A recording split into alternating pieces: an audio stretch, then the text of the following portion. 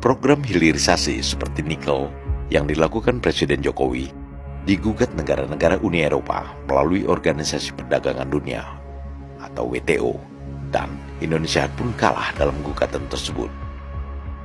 Lalu Dana Moneter Internasional IMF memberi peringatan kepada pemerintah Indonesia agar mempertimbangkan kembali kebijakan hilirisasi dan berharap hilirisasi tidak meluas ke komoditas lainnya. Gugatan dari negara-negara Uni Eropa dan peringatan dari lembaga keuangan internasional itu tidak digubris oleh Jokowi dan malah memerintahkan seluruh jajarannya untuk terus melanjutkan hilirisasi di segala bidang.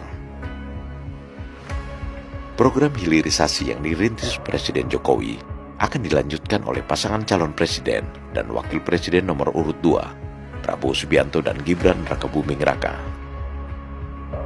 Dalam berbagai kesempatan, Prabowo dan Gibran selalu menggaungkan hilirisasi sebagai salah satu bentuk perjuangan menegakkan kedaulatan negara di bidang ekonomi.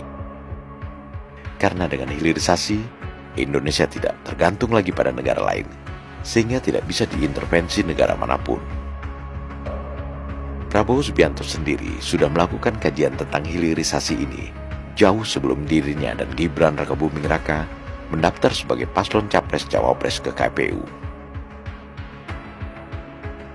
Untuk mematangkan program hilirisasi ini, Prabowo mengumpulkan puluhan pakar guna melakukan kajian strategis yang dikoordinasikan oleh Universitas Kebangsaan RI. Kajian-kajian para pakar ini kemudian melahirkan 17 program prioritas Prabowo Gibran, yang salah satu di antaranya adalah hilirisasi. Program hilirisasi Prabowo Gibran seiring sejalan dengan visi Indonesia Emas 2045, yang di dalamnya tercantum hilirisasi dan industrialisasi, guna mewujudkan cita-cita menjadi Indonesia negara maju.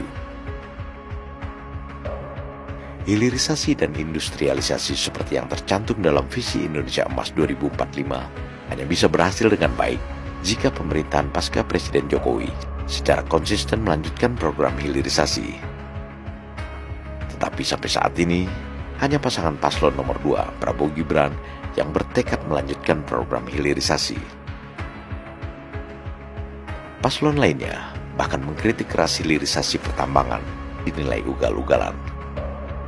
Kritik keras itu antara lain datang dari cawapres nomor urut 1 Muhaimin Iskandar dan salah satu anggota Tim Nasional Pemenangan atau Timnas Anies Muhaimin, Thomas Lembong atau Tom Lembong, juga mantan Menteri Perdagangan dan Kepala BKPM periode pertama kepemimpinan Jokowi.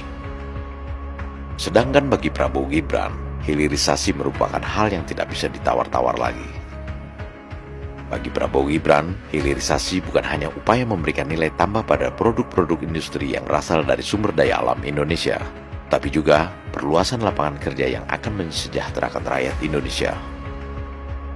Lebih dari itu, hilirisasi juga merupakan salah satu pengejauhan tahan dari semangat nasionalisme, semangat meningkatkan kedaulatan, kemandirian, ketahanan bangsa Indonesia, sehingga tidak bisa lagi diintervensi pihak asing. Prabowo Gibran, Man of Our Time.